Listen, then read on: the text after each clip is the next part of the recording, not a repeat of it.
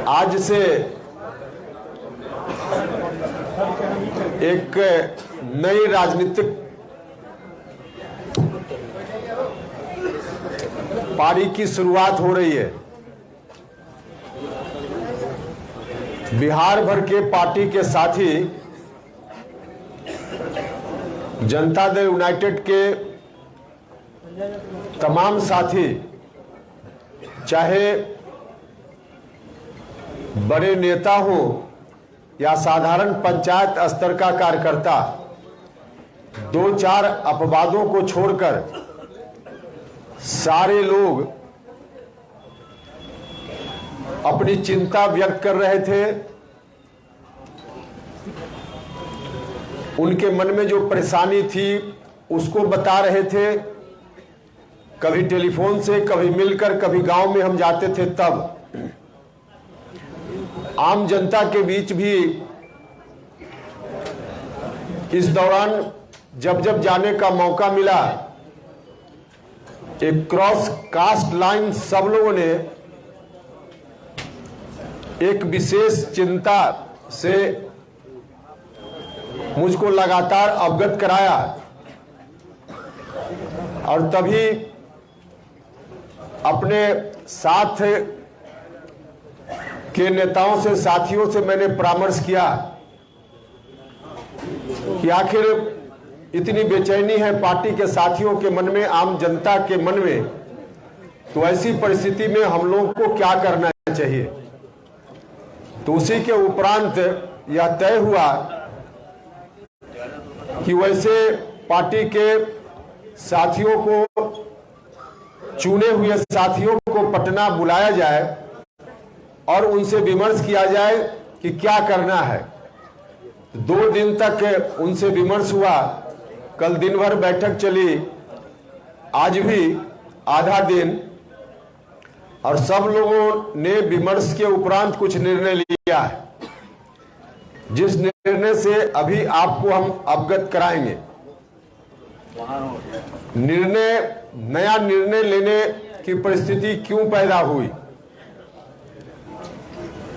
लगभग 2 साल पहले हम जनता दल यूनाइटेड में आए, तब एक विशेष परिस्थिति राज्य के सामने थी।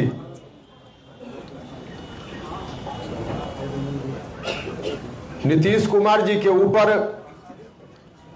जिस विरासत को संभालने की जवाबदेही बिहार की जनता ने 2005 में मुकम्मल तौर पे दी, उसके पहले जननायक कर्पूरी ठाकुर जी के निधन के बाद जननायक की वह विरासत, उसको संभालने की जवाबदेही बिहार के लोगों ने श्रीमान लालू प्रसाद यादव जी के ऊपर दी थी। लालू जी को बहुत बड़ा समर्थन मिला। उस विरासत को संभालने की जवाबदेही उनके ऊपर आई। जनता ने उसके अनुकूल उनको ताकत भी दी, सत्ता में आए। लेकिन कुछ ही दिनों के बाद, शुरुआती दौर में तो निश्चित रूप से लालू जी ने भी जनता की भावना का ख्याल रखा और जननायक कर्पूरी ठाकुर जी की जो विरासत उनके हाथ में गई थी, उसके अनुरूप कुछ कदम उठाए। लेकिन बाद के दिनों में उनमें भटकाव आ गया। जितना बड़ा समर्थन उनको जनता का मिला था, उस समर्थन का इस्तेमाल 2 तरीके से किया जा सकता था। एक, उस समर्थन से मिली हुई ताकत का इस्तेमाल जनता के लिए हो सकता था। समाज की अंतिम पंक्ति में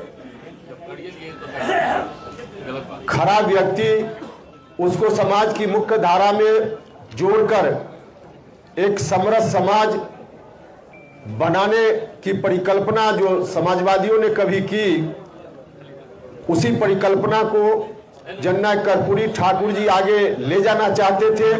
यही उनकी विरासत थी और यही अपेक्षा लालू जी से भी थी कि लालू जी इसी रूप में जनता से जो ताकत उनको मिली है, आशीर्वाद मिला है, उसका इस्तेमाल करेंगे। लेकिन बाद में चलकर भटकाव उनके अंदर आ गया। अब इस समर्थन का इस्तेमाल उस रूप में नहीं करके, उस ताकत का इस्तेमाल नहीं करते हुए शुरुआती दिनों को छोड़कर बाद के दिनों में लालू जी ने अपने परिवार के हित में काम करना शुरू कर दिया, जिसका खामियाजा उनको अभी तक भुगतना भी पड़ रहा है। खैर वह विषय अलग है, लेकिन वहां से फिर नीतीश कुमार जी के ऊपर उस विरासत को चलाने की जवाबदेही बिहार की जनता ने सौंपी। 2005 के पहले 10-12 साल तक संघर्ष हुआ। 1994 में समता पार्टी बनी। जॉर्ज फर्नांडिस साहब के आशीर्वाद से नीतीश कुमार जी उस पार्टी के बिहार में मुखिया बने और फिर संघर्ष का दौर चल पड़ा। उस वक्त जो बिहार चल रहा था, जल रहा था बिहार, झुलस रहा था बिहार, जनता तंग थी, तबाह थी, परेशान थी। उस स्थिति से बिहार को बाहर लाने के लिए 10-12 वर्षों तक संघर्ष चला नीतीश जी के नेतृत्व में, और तब बिहार के लोगों ने नीतीश जी को आशीर्वाद दिया, नीतीश जी को ताकत दी। हम सब लोग भी उनके साथ संघर्ष के दौर में रहे। अब 2005 के बाद जननायक कर्पूरी ठाकुर जी की वही विरासत नीतीश जी के जिम्मे आ गई। नीतीश जी ने उस विरासत को आगे बढ़ाने का काम अपने शासन काल के दौरान बहुत ही अच्छे तरीके से किया। इस बात के लिए मैं नीतीश कुमार जी का हृदय से धन्यवाद भी करता हूं। बिहार को उस खौफनाक मंजर से बाहर लगाने में उन्होंने पूरी ताकत लगा दी। बिहार बाहर आया, हर तरह से लोगों के बीच अमन चैन शांति कायम हुई, बिहार डेवलपमेंट की ओर बढ़ चला। तो बहुत ही अच्छा काम मुख्यमंत्री जी ने किया। लेकिन जो कहा जाता है कि अंत भला तो सब भला, और अंत में अगर भला नहीं तो कुछ नहीं भला, तो बहुत ही अच्छा नीतीश कुमार जी ने किया। लेकिन बाद में अंत में आकर अंत भला तो सब भला नहीं हुआ, अंत बुरा हो गया। नतीजा कहावत दूसरे रूप में परिवर्तित हो गई, अंत बुरा तो सब बुरा। बहुत अच्छा नीतीश जी ने किया, लेकिन अंत में आज जिस ओर नीतीश कुमार जी चल पड़े हैं वह बहुत ही बुरा है, न सिर्फ नीतीश जी के लिए बल्कि बिहार की जनता के लिए, जनता दल यूनाइटेड के लिए, पार्टी के साथियों के लिए, सब के लिए। -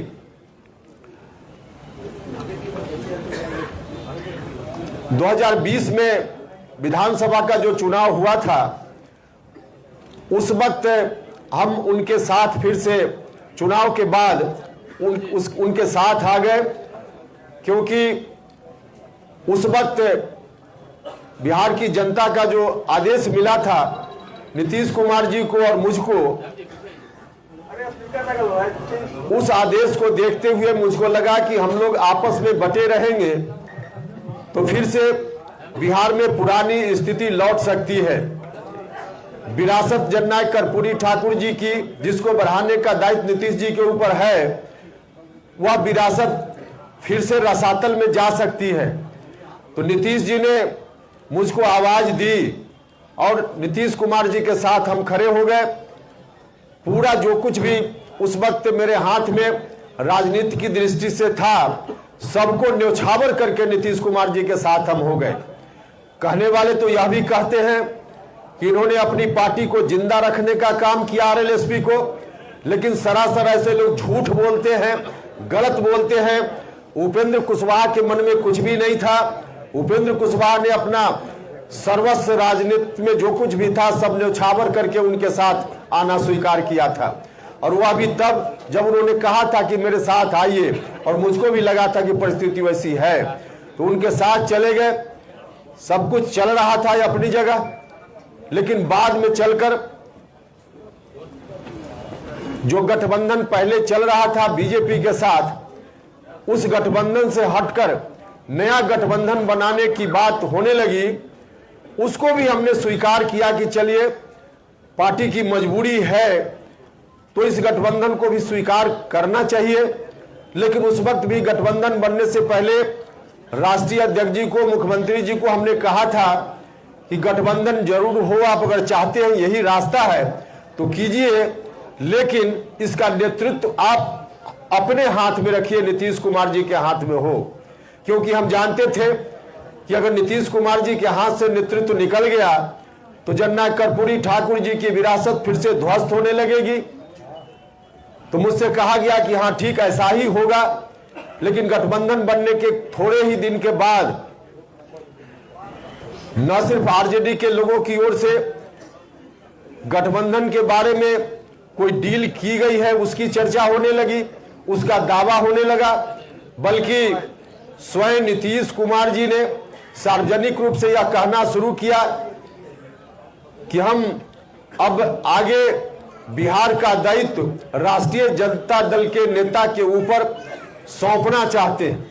उन्होंने घोषणा कर दी, हर तरह से बिहार का अगला मुख्यमंत्री कौन, तो सीधे उन्होंने राष्ट्रीय जनता दल के किसी एक व्यक्ति का नाम लिया। जब ऐसी स्थिति आई तभी से लोगों के मन में चिंता की शुरुआत हुई, जिसकी चर्चा हमने की कि पार्टी के साथी, आम जनता, सब लोगों के मन में यह चिंता आ गई कि आखिर आगे क्या होगा बिहार का। अब हमारे सामने रास्ता था कि जननायक कर्पूरी ठाकुर जी की विरासत को हम चुपचाप बैठकर उन्हीं हाथों में जाते हुए मुखदर्शक बनकर देखते रहते जिन हाथों ने बिहार को मचोड़ दिया, मरोड़ दिया, या फिर हम सब लोग बैठकर कोई नया रास्ता लेते। यह हम सब लोगों के मन में चिंता थी। हमारे साथियों ने इस चिंता से अवगत कराया तो हम लोगों को भी लगा कि चाहे जिस तरह की परिस्थिति का सामना करना पड़े, अगर हम राजनीति में हैं, हम अपना राजनीतिक धर्म और कर्तव्य समझते हैं, तो फिर से हम लोगों को उठ खड़ा होना चाहिए और किसी भी हालत में जननायक कर्पूरी ठाकुर जी की विरासत को उन हाथों में नहीं जाने देना चाहिए जिन हाथों ने बिहार को मचोड़ने का काम किया, बिहार को मरोड़ने का काम किया। तो इसीलिए जब बात होने लगी कि वहीं पर फिर से चली जाएगी सारी चीजें, तब मामला पार्टी के अंदर शुरू हुआ। प्रारंभ में मैंने पार्टी के शीर्ष नेतृत्व से, मुख्यमंत्री जी से आग्रह किया, उनसे मिलकर हमने बात की, उनसे कहा कि ऐसी स्थिति ठीक नहीं है। उदाहरण के रूप में हमने बताया कि महागठबंधन निर्माण के बाद जो उपचुनाव हुए बिहार में विधानसभा के, उन उपचुनावों का परिणाम बताता है कि हमारा जन आधार हमसे खिसकता जा रहा है, पार्टी धीरे धीरे बर्बादी की ओर चलते जा रही है। हमने कहा मुख्यमंत्री जी से, व्यक्तिगत रूप से भी मिलकर कहा, बाद में कहा गया कि मिलकर कहना चाहिए। मिलकर जितनी बात हमको कहनी चाहिए थी हमने तो पहले ही एक बार नहीं अनेक बार कही। व्यक्तिगत रूप से भी पार्टी के मंच पर भी हमने उठाया, विधायक दल की मीटिंग में भी हमने यह बात कही, पार्टी की बैठक में यह बात कही। तो हर तरफ से, हर तरह से इस बात को कहने के बाद मुझको लगा कि आखिर हो क्या रहा है, क्यों ऐसा हो रहा है। पार्टी बर्बाद होते जा रही, लगातार जनाधार खिसकता जा रहा है। और उस वक्त जब हमने इस तरह के सवाल को उठाना शुरू किया तो मुख्यमंत्री जी ने कहा कि जहां जाना हो उपेंद्र कुशवाहा चला जाए। हमने उस दिन कहा था कि उपेंद्र कुशवाहा ऐसे नहीं जाएगा, हिस्सा लेकर जाएगा, आप लोगों को याद होगा। लेकिन तब हम हिस्सा की बात करते थे, अब तो इस निष्कर्ष पर हम लोग पहुंचे हैं कि हिस्सा किस बात का मुख्यमंत्री जी से हम मांगे। अब मुख्यमंत्री जी के पास है क्या कि हम उसका हिस्सा मांगे। मुख्यमंत्री जी ने सारी चीज अब गिरवी रख देने का काम किया है। जो बाप दादे की संपत्ति, राजनीतिक संपत्ति, जिसकी बात हमने की थी कि हम उसमें हिस्सा चाहते हैं, अब हम आज महसूस कर रहे हैं कि हम हिस्सा जो मांग रहे हैं, अब नीतीश जी के हाथ में तो वह जायदाद, राजनीतिक जायदाद है ही नहीं। नीतीश जी ने गिरवी रख देने का काम किया, बंधक रख देने का काम किया, और बंधक उन हाथों में रखने का काम किया जिन हाथों ने किस तरह से बिहार को बर्बाद करने का काम किया। तो वहां बंधक ही जब पूरी जायदाद नीतीश जी ने रख दी तो हम हिस्सा कहां मांगे। नीतीश जी के हाथ में अब शून्य है, जीरो है। अब जब बड़ा भाई के हाथ में जीरो है तो छोटा भाई कौन सा हिस्सा उनसे लेगा? अब हिस्सा मांगने की बात उनसे नहीं कर रहे, क्योंकि हिस्सा तब हम मांगते जब उनके हाथ में होता। आज कुछ है ही नहीं। अब जब कुछ है नहीं तो उस परिस्थिति में हम यह भी सोचते हैं कि आखिर ऐसी स्थिति आई क्यों कि नीतीश कुमार जी ने पूरे तौर पे इस विरासत को कहीं गिरवी रखने का काम किया। हम लोग प्रारंभ से देखते रहे हैं नीतीश कुमार जी को, समता पार्टी के दौर से, उससे पहले से भी हम नीतीश जी को देखते रहे हैं। नीतीश जी पहले कोई भी राजनीतिक निर्णय खुद लेते थे, लोगों से परामर्श जरूर करते थे, एक एक कार्यकर्ता से बात करते थे, नेताओं से बात करते थे और उसके उपरांत फिर निर्णय लेते थे। तो खुद से जब निर्णय लेते थे तो उनका निर्णय सही होता था। लेकिन आज की तारीख में नीतीश कुमार जी खुद कोई निर्णय ले ही नहीं रहे। और एग्जाम्पल के लिए हम आपको बताएं, आप लोग जानते भी हैं, महागठबंधन जब बना, गठबंधन में फिर से बदलाव हुआ तो क्यों बदल गए, क्यों महागठबंधन में आ गए? मुख्यमंत्री जी ने सार्वजनिक रूप से पब्लिक डोमेन में यह बात कही है कि पार्टी के राष्ट्रीय अध्यक्ष ललन सिंह जी और श्री विजेंद्र यादव जी ने महागठबंधन के साथ जुड़वा दिया, पार्टी को इधर से हटाकर वहां ला दिया। मतलब मुख्यमंत्री जी किसी के कहने पर वहां चले गए। तो इसलिए सीधा एग्जाम्पल है कि मुख्यमंत्री जी आप अपनी इच्छा से कुछ नहीं कर रहे। जो लोग उनके साथ अगल बगल कुछ लोग हैं जिन लोगों ने उनको घेर लिया है, अब ऐसे घेरे हुए लोगों के द्वारा जो सलाह दी जाती है मुख्यमंत्री जी उसी के हिसाब से एक्ट करते हैं।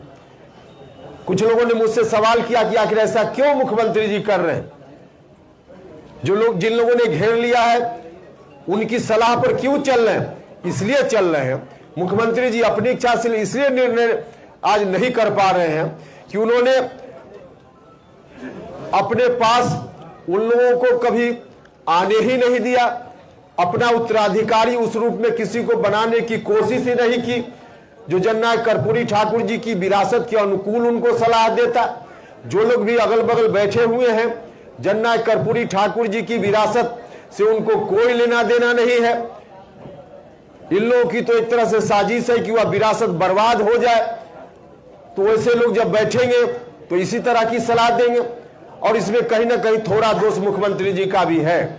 अगल बगल जिस तरह के लोग बैठ गए, खुद मुख्यमंत्री जी ने जो एक्शन लिया जिसके चलते ऐसा हुआ है, समता पार्टी बनी थी, बाद में चलकर जनता दल यूनाइटेड, इसको सबसे ज्यादा किस सामाजिक वर्ग के लोगों ने ताकत देने का काम किया? ताकत तो समय समय पर सब लोगों ने दी। अति पिछड़ा समाज के लोगों ने ताकत दी, लघु समाज के लोगों ने ताकत दी, दलित महादलित समाज के लोगों ने ताकत दी, अल्पसंख्यक समाज के लोगों ने समय समय पर ताकत दी।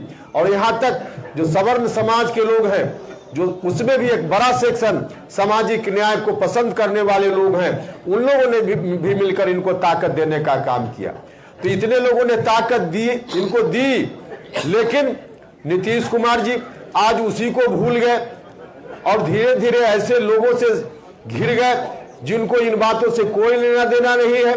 मुख्यमंत्री जी चाहते तो सबसे अधिक जो शुरुआती दौर में जिनको इन्होंने जिन लोगों ने इनको आधार दिया, खड़ा किया, लघु समाज के लोगों ने, अति पिछड़ा समाज के लोगों ने, उन वर्गों से किसी को अगर नीतीश कुमार जी आगे बढ़ाते, अपना उत्तराधिकारी घोषित करते, तो आज पड़ोसी के घर से उत्तराधिकारी इनको खोजने की जरूरत नहीं पड़ती। आज पड़ोसी के घर में उत्तराधिकारी खोज रहे, अपने घर में उत्तराधिकारी इनको नहीं बना पाए नीतीश कुमार जी। उपेंद्र कुशवाहा का चेहरा उनको लायक नहीं लगता था, कोई बात नहीं, हमने तो पहले भी कई बार कहा है, उपेंद्र कुशवाहा को नहीं करते कोई बात नहीं, अति पिछड़ा समाज से किसी व्यक्ति को ले आते कोई दिक्कत नहीं होती, लघु समाज से किसी को ले आते कोई दिक्कत नहीं होती। लेकिन आज अपने घर में नहीं बल्कि पड़ोसी के यहां देख रहे हैं। पड़ोसी, वह भी ऐसा पड़ोसी जिस पड़ोसी के बारे में 2020 का चुनाव, अंतिम चुनाव नीतीश जी ने लड़ा विधानसभा का, अब तक का सबसे अंतिम चुनाव, उस चुनाव में भी 15 साल बनाम 15 साल नीतीश कुमार जी ने नारा दिया। तो वहां से अब उत्तराधिकारी बनाने की बात, अपने घर में इनको उत्तराधिकारी नहीं दिख रहा है, इसलिए पड़ोसी के घर में झांक रहे हैं। और झांक रहे हैं, इसके पीछे बड़ा कारण है कि जो अगल बगल लोग इनके हैं वैसे लोग नहीं आ पाए या नहीं लाए गए। जो लोग बैठे हुए हैं उनको बिहार की जनता से कोई लेना देना नहीं। वो निजी स्वार्थ में लोग काम कर रहे हैं। भागते भूत की लंगोटी सही, अब बर्बाद हो रहा है तो कुछ भी अपने हाथ में आ जाए। जनता दल यूनाइटेड समाप्त हो रहा है तो कुछ भी अपने हाथ में आ जाए। वही नीतीश कुमार डूब रहे हैं तो डूब जाए, कुछ भी हाथ में आ जाए, लंगोटी भी हाथ में आ जाए, वैसे लोग उनके अगल बगल बैठे हुए हैं। और इसलिए आज ऐसी स्थिति हो गई है। तो ऐसी स्थिति हो गई। अब नीतीश कुमार जी जब यहां तक चले आए तो हम लोगों ने तय किया है कि इस विरासत को हम नहीं जाने देंगे, गिरवी नहीं होने देंगे, बंधक नहीं बनने देंगे। आज हमारी चिंता हिस्सेदारी की नहीं है, पूरी विरासत को बचाने की चिंता है। और पूरी विरासत इसलिए बची हुई थी कि कोई पार्टी, क्योंकि राजनीतिक विरासत को बचाने के लिए, बढ़ाने के लिए एक इंस्ट्रूमेंट के रूप में कोई पार्टी होती है। और ऐसी पार्टी शुरुआती दौर में समता पार्टी बनी, बाद में जनता दल यूनाइटेड बना। लेकिन जब पार्टी ही बर्बाद हो रही है तो अब उस इंस्ट्रूमेंट से नहीं काम चलने वाला है। अब नया इंस्ट्रूमेंट चाहिए, नया इंस्ट्रूमेंट चाहिए, क्योंकि पूरी विरासत को अब आगे बढ़ाने की जवाबदेही अपने ऊपर लेनी है। तो पूरी एक नया, हम लोगों को नया इंस्ट्रूमेंट चाहिए, अर्थात नई पार्टी चाहिए, नई पार्टी चाहिए। और इसीलिए हमारे साथियों ने निर्णय लिया है नया दल बनाने का। हम सब लोग आगे बढ़ेंगे इस नए दल के साथ। इस नया दल का नाम क्या होगा वह भी अभी आपको हम बताएंगे। हमारे साथियों ने इस काम के लिए मुझको अधिकृत किया है। मुझको अभी जो फैसला हुआ वहां बैठक में साथियों ने प्रस्ताव लिया, सर्वसम्मति से प्रस्ताव पारित हुआ कि नया दल बनेगा। उसके नाम की घोषणा उपेंद्र कुशवाहा करेंगे। एक और निर्णय इन लोगों ने लिया कि जो नया दल बन गया, आज निर्णय हो गया, उस निर्णय को कार्यान्वित मुझको करने की जवाबदेही मेरे ऊपर लोगों ने दी है। और उस नई पार्टी का राष्ट्रीय अध्यक्ष भी लोगों ने मुझको बनाया है। यह जवाबदेही भी मेरे ऊपर है। और इसी जवाबदेही को देते हुए साथियों ने कहा कि पार्टी के नाम का भी ऐलान आप खुद कर लीजिए। तो अभी आपको पार्टी का नाम बताएंगे, लेकिन यह पार्टी आगे पूरी विरासत को आगे ले चलेगी। जननायक कर्पूरी ठाकुर जी की विरासत को हम बंधक नहीं बनने देंगे। भले हमारे बड़े भाई ने बंधक बना दिया है, आरजेडी के साथ एग्रीमेंट कर लिया है, लेकिन उस एग्रीमेंट को हम जनता के बीच जाकर तोड़वाने का काम करेंगे। जनता से कहेंगे कि बड़े भाई ने गलत ढंग से पूरी जायदाद कहीं गिरवी रख दी, इसको जनता की अदालत में जाकर हम खारिज कराएंगे और पूरी विरासत को हम अपने हाथ में लेंगे, अपने हाथ में लेंगे। इसलिए आज हम हिस्सा की बात नहीं कर रहे हैं, हम तो मुकम्मल की बात कर रहे हैं, मुकम्मल की बात कर रहे हैं। और मुकम्मल हम अपने साथियों की मदद से, बिहार भर की जनता की मदद से आगे चलकर जरूर उसको हासिल करेंगे। जो एग्रीमेंट इन लोगों ने किया है आरजेडी के साथ, उस एग्रीमेंट को खारिज कराकर करने का काम करेंगे। लेकिन हम यह भी बताना चाहते हैं साथ साथ, जो विरासत कभी कर्पूरी ठाकुर जी के बाद लालू जी, फिर नीतीश जी, आज फिर से हम लोग उस विरासत को अपने हाथ में लेने के अभियान पर निकल पड़े हैं। वह विरासत हम लोग के हाथ में आएगी तो और लोगों की तरह इस विरासत को हम कहीं गिरवी रखने का काम नहीं करेंगे। इस विरासत को हम अपने घर में कैद करने का काम नहीं करेंगे। इस विरासत को हम साझा करेंगे, समाज के सभी वर्ग के लोगों के बीच हम साझा करेंगे। जिनकी जितनी हिस्सेदारी होगी उतनी हिस्सेदारी हम उनको देने का काम करेंगे। लव कुश समाज हो, अति पिछड़ा समाज हो, दलित महादलित समाज हो, अल्पसंख्यक समाज के लोग हो, या सवर्ण जात के भी जो सामाजिक न्याय पसंद लोग हैं, प्रगतिशील लोग हैं, उनको भी जितना हिस्सा, उनका भी जितना हिस्सा होगा, उनको भी इस विरासत में हिस्सा देने का काम करेंगे, हिस्सा उनका भी सुनिश्चित करने का काम करेंगे। तो इसी रूप में आगे हमारी पार्टी चलेगी। और पार्टी का क्या एजेंडा वगैरह होगा वह सब फिर बाद में बताएंगे। अभी आप जानना चाहिए कि पार्टी का नाम क्या होगा। हम थोड़ी चर्चा इस बात के लिए फिर से करेंगे कि जो लोग भी कह रहे थे कि आरएलएसपी को इन्होंने जिंदा रखा है, लोग झूठ बोल रहे थे, उपेंद्र कुशवाहा की छवि को बदनाम करने के लिए कर रहे थे। आरएलएसपी का मर्जर उसी वक्त हो गया और बजाबता हम लोगों ने उस वक्त बैठक करके प्रस्ताव लेकर के इलेक्शन कमीशन को सुपुर्द कर दिया। इसलिए आरएलएसपी नहीं है, हम तो सब छोड़ कर आए थे। हम नहीं जानते थे कि एक दिन ऐसा आवेगा कि इस विरासत को संभालने के लिए फिर से हमको कमान संभालने की जवाबदेही हमारे साथी मेरे ऊपर देंगे।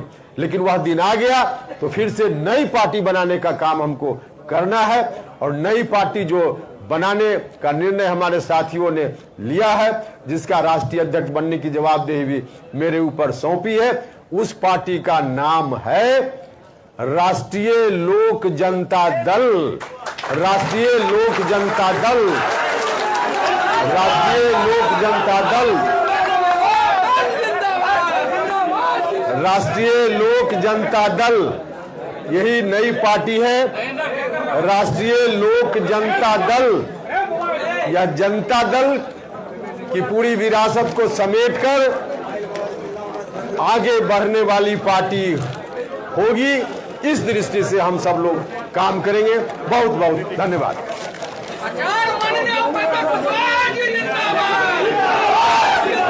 सवाल कर पूछेंगे। अरे भाई नारा बंद कीजिए, नारा बंद कीजिए। कोई सब एक जानकारी और दे, एक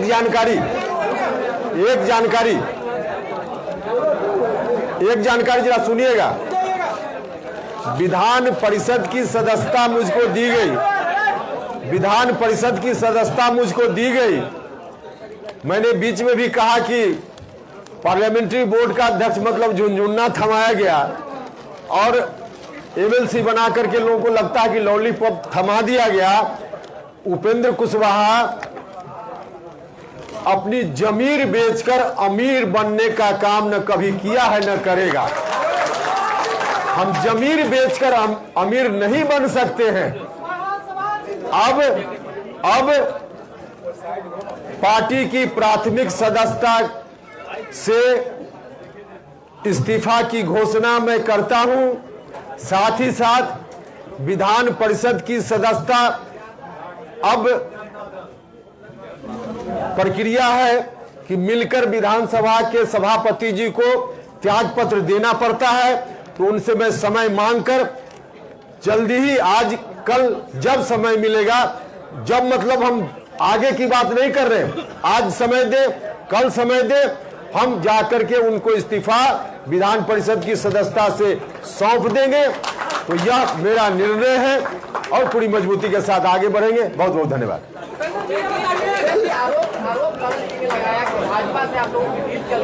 अजय एक सेकंड, अब पूछ रहे साथी आप ही के बीच से कोई कि भारतीय जनता पार्टी के साथ अब आरोप राष्ट्रीय अध्यक्ष जी लगाए और एक आध बार तो माननीय मुख्यमंत्री जी भी बोल दिए कि इनका अलाइनमेंट है भारतीय जनता पार्टी के साथ।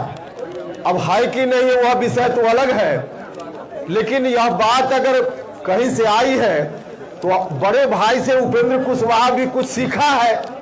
अब बड़े भाई 6 बजे शाम में अपने विधायक दल की मीटिंग करते हैं और शाम में 2 घंटा के बाद जाकर गवर्नर साहब से मिलकर इस्तीफा देते हैं और लौट करके आधा घंटा के बाद दूसरी पार्टी के लोगों के साथ बैठ करके और फिर से विधानमंडल दल के नेता चुने जाते हैं। और कल 2 बजे दिन का भी इंतजार नहीं होता, सुबह 10 बजे शपथ ग्रहण करते हैं। तो जिस तरह से उनका अलाइनमेंट फिक्स था तो दूसरे के ऊपर क्यों करें? अलाइनमेंट मेरा है कि नहीं, हम यह नहीं करें। लेकिन ऐसा कुछ अगर होता भी है तो उन्हीं से मैंने सीखा होगा। बहुत धन्यवाद।